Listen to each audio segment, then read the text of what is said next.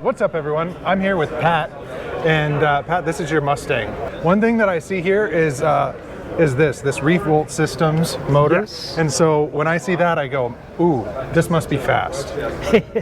Well, the core of this motor is a Tesla Model S performance motor, but it's redesigned, re-engineered by Revolt Systems in California, and they did a fantastic job taking the transverse axle of a Tesla Model S and putting it up front. So we have this set up. It's got a torque trains gearbox on the back of it. It's just a 2-to-1 gear reduction to a carbon fiber drive shaft, just to a Ford 9-inch rear end. So when we did this car, we really didn't want to chop or cut anything out of it to get that Tesla cradle into a first generation Ford Mustang. Yeah. We would have had to cut a lot of stuff out.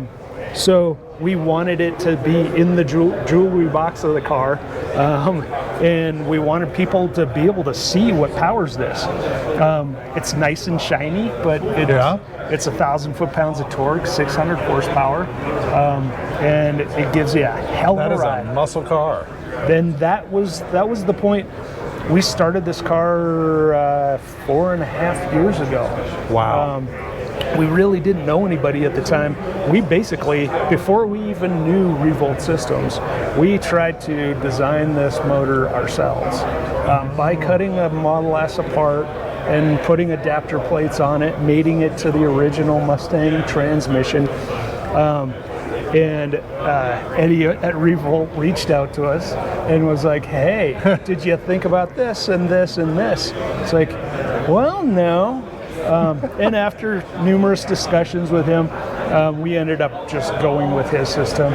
We could have spent another year R&Ding it ourselves, but we wanted to get this car done. We debuted this car at SEMA in 2022 and still driving it. Now it's an actual driver. It's doing what it wants to do, right? Yes, exactly. So when we set out on this journey, it needed to be a hot rod, so it needed to be way more powerful than what was originally in it. Yeah. This car started life as an inline 6 out of a junkyard. Bought it for $2,500. We had to do a lot of restoration, and of course, when you're putting that much power to a vehicle, you need to upgrade your suspension, your brakes. Yeah. Put a 4-link on the back. We did a Mustang 2 front end, and so we have coilovers and disc brakes all around. But we wanted the most powerful electric motor we could get our hands on at the time, which was a Tesla. So that's how we started, and then after a couple of years, we ended up going with the Revolt Systems, which absolutely love it. Haven't had a single issue with it whatsoever. So in the front here, we've got 4 of the Tesla battery modules. Okay. Overall, this is an 85 kilowatt hour pack. That's a full pack. That's a full pack. Yeah. So when we first got our pallet full of batteries, we looked at the batteries, looked at the car, said, how the heck are we going to fit all of that into that? But amazingly, there's quite a bit more room than you would think, especially when you take away the shock towers and do the Mustang 2 front end, which improves the handling overall by tenfold in the first place. So I'm a layman. Mustang 2 front end. What does that So mean? basically, there's no shocks. A Mustang would have come with 2 shock towers. Right. You delete the shock towers here, and then you can see the cradle down at the bottom there. Yeah. That's your bracing. You have rack and pinion steering. Now you have coilover suspension rather than the original shocks. Okay. And drum brakes that would have come on the car.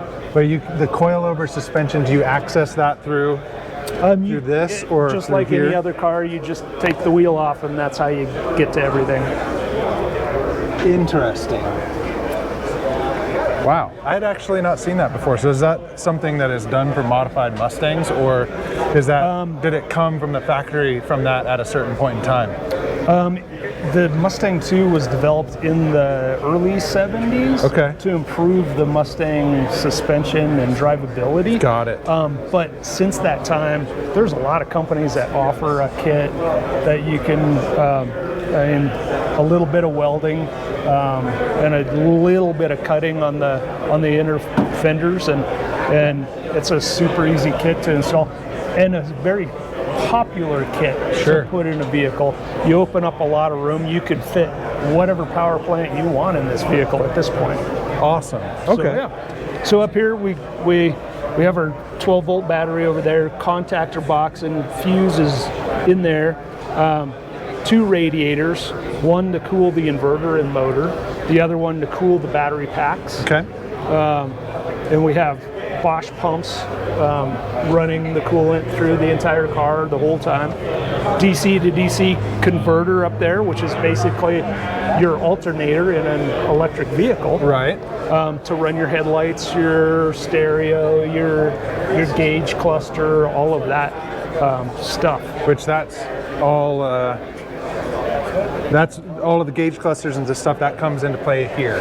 So yeah, that's the gauge cluster. There's also an iPad that sits down there. Oh, cool.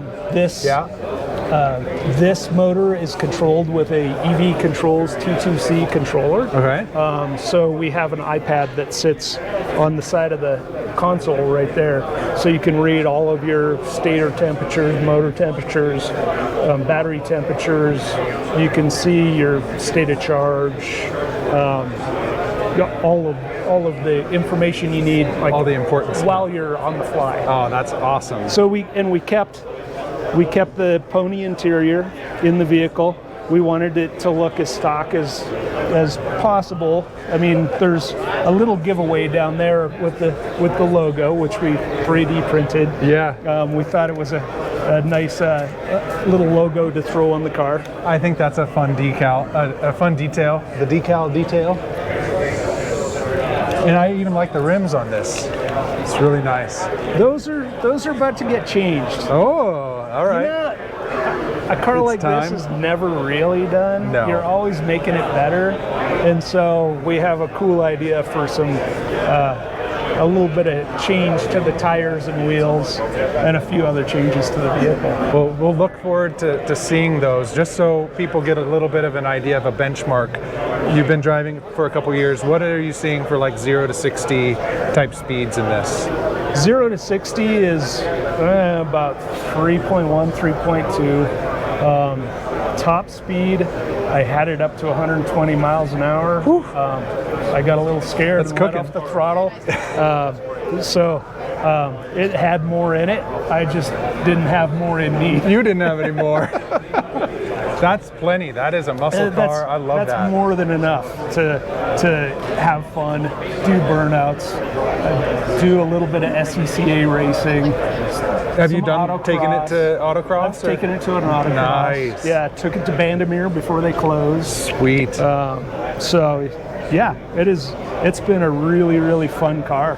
And what sort of range are you getting on it with the 85 kilowatt pack from the Tesla? I've never done like a full range test from full to fully discharged. Yeah. But I drive it on weekends and probably 4 or 5 times a week, and I charge this thing once a month. Wow. So the answer is plenty? Plenty of range. I mean, let's be honest, you're not going to take a car like this on a long cross-country road trip and need to supercharge. We stuck with a basic Elcon charger back here and just a J1772 charge plug. Okay. I charge it overnight in my garage when I need to, but that's pretty rare. So that's easy. Yeah. Easy. Don't have to use up the mental power, just get into that habit. Yeah. I love that. Yep. So what are we looking at back here? So this is the rest of the Model S modules. Okay. There's a total of 12 modules in the back here. We've got 6 up top, kind of push forward over that rear axle, and then 6 more where the gas tank used to be right here. We've got a 4-link in the back, upgraded suspension, of course, but kind of overkill, but we've got isolators for each battery box, just for serviceability. This was our first build, so we went a little overboard with fuses and shut-off switches, but it's safe, and you can isolate everything to work on whatever you need to work on the car. Better safe than sorry. Yeah. Awesome. Well, thank you so much for taking us through this. This is a beautiful build. I am lucky every time I get to see it. And now we got to dive into the details of what it is. It's been to SEMA, it's been to State of Charge now 3 times. Have you named it? Does it have a name yet? Well, the name kind of came about kind of by accident. We 3D printed the gas cap. Nice. Which is the charge port. That's the charge port in there. Cool. But it turns out that the words high voltage are the same amount of letters of Ford Mustang, which would have been printed on this gas cap originally. So high voltage is what we ended up calling it. Yeah.